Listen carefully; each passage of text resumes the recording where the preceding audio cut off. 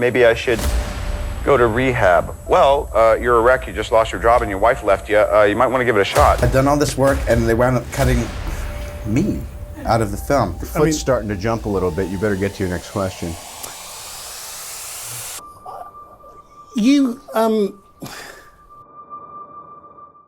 Hey, honey bunnies.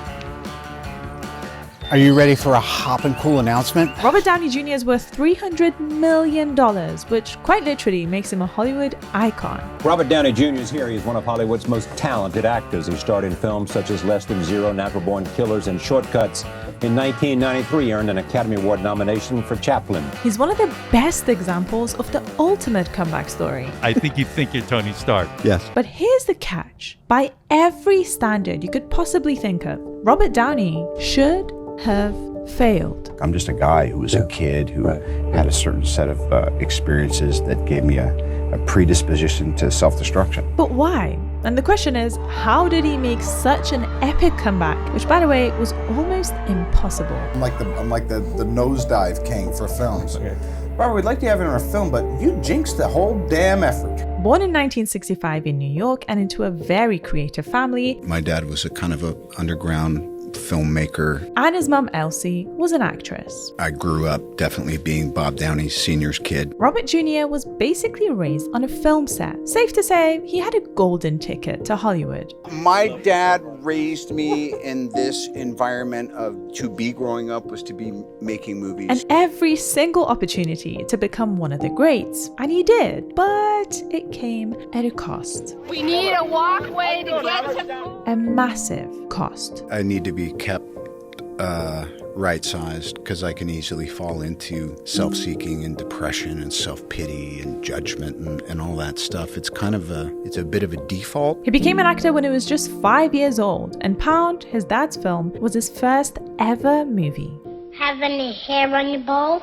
Everything seemed to be going well, but that actually wasn't the case. While everyone thought that Robert was living the dream, behind closed doors something awful was going on that not a single soul knew about. He was going through something that no child should ever have to go through. When he was just 6 years old, the age where most kids are learning their alphabet, Robert was bonding with his dad over drugs like weed and cocaine. What is the root of an addiction that's so powerful like that people are willing really to walk right to the edge of hell and look in? This was the start of a tragic and heartbreaking journey. He's not a criminal. He's a victim of the drugs. As he got more and more famous, he got more and more addicted to drugs. For the next 10 years, news from all over the world would stop focusing on his talent and start talking about his addiction. Hollywood was also running out of patience. Insurance companies refused to support him, studios dropped him, and it seemed like they all gave up. Your parents were both in show business. Did they give you some advice along the way that's helped you, deal with this kind of success? Yeah, but I haven't listened to it. My dad told me not to do any press. He told let him see you through your work. Don't let him hear you talking about it. The late 90s were his lowest point ever. Missed drug tests, probation violations, a 3-year prison sentence, and relapse after relapse. These were his darkest and most painful years. Drugs land the troubled actor in prison, and he reaches out to a psychiatrist for help. But in the middle of all of that, something happened that changed everything. You know what's so amazing is just how happy you are in her presence. It's so beautiful. Yeah, you just make everything better. Aww. 2003, with the help of his wife Susan, Robert finally got sober. She doesn't treat you like a child. Correct. She was the reason he turned his life around. You love me back to life. That's why I'm here. Thank you. We all know that Hollywood loves a comeback story, but this one felt different in many ways. You've done it all. I mean, you have it all. You don't have to prove anything to anybody. Dad. Oh, no.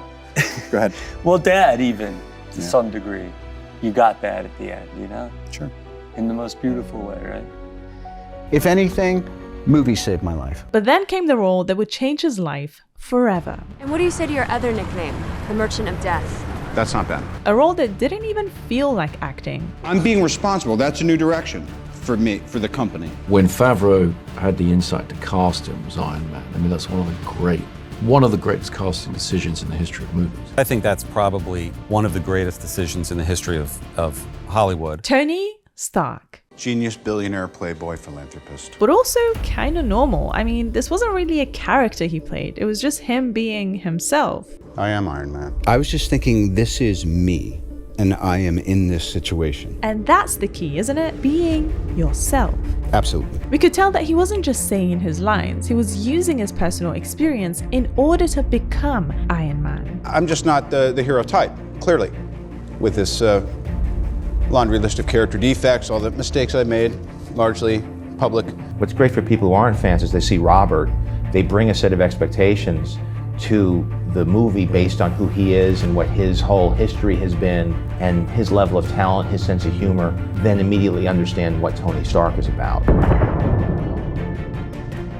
But to think of him as just Iron Man, let's be honest, is kind of dumb. Because here's the thing, he's actually a really talented actor who can turn into any character. He's more than just a superhero. He's been a restless reporter. This can no longer be ignored.